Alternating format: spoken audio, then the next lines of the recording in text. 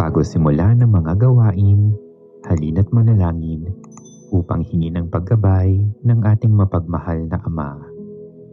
Buong pag-ibig at pananampalataya tayong manalangin. Sa ngalan ng Ama at ng Anak at ng Espiritu Santo. Amen. Mapagmahal na Ama, puno ako ng pasasalamat sa mga sandaling ito para sa iyong kabutihan at pagmamahal sa akin. Lumalapit ako sa iyo upang hilingin ang iyong pagpapala at paggabay sa araw na ito. Aking Ama, gabayan mo ako sa lahat ng aking gagawin sa buong maghapon. Lubos ko nawang magampanan ang aking mga tungkulin.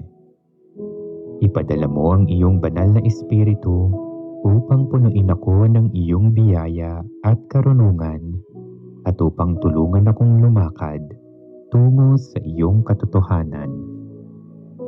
Sa aking pagtatrabaho ngayon, tulungan mo akong maging tapat na lingkod. Amang makapangyarihan, igawad mo nawa sa akin at sa aking mga minamahal ang iyong proteksyon at patnubay. Ilayo mo kami sa panganib at kapahamakan at ipagkaloob mo sa amin ang iyong kapayapaan. Nananalangin akong panatilihin mo kaming matatag sa gitna ng mga pagsubok at paghihirap. Punuin mo kami ng pag-asa at kagalakan sa araw-araw. Ama, patuloy kong dalangin na tulungan mo akong maging masigasig sa aking gawain at bigyan mo ako ng lakas na gumawa ng kabutihan. Tulungan mo akong maging masipag at tapat na tagapangasiwa ng mga kaloob na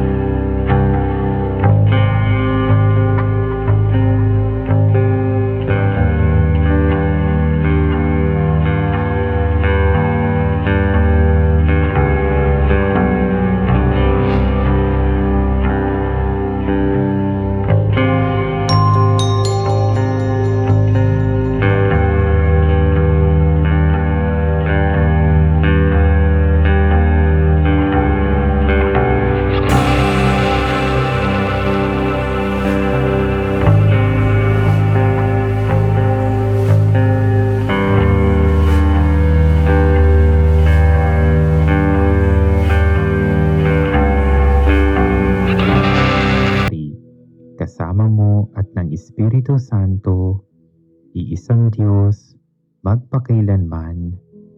Amen. Luwalhati sa Ama, sa Anak, at sa Espiritu Santo, kapara noong unang-una, ngayon at magpakailanman, at magpasawalang hanggan. Amen. Sa ngalan ng Ama, at ng Anak, at ng Espiritu Santo. Amen.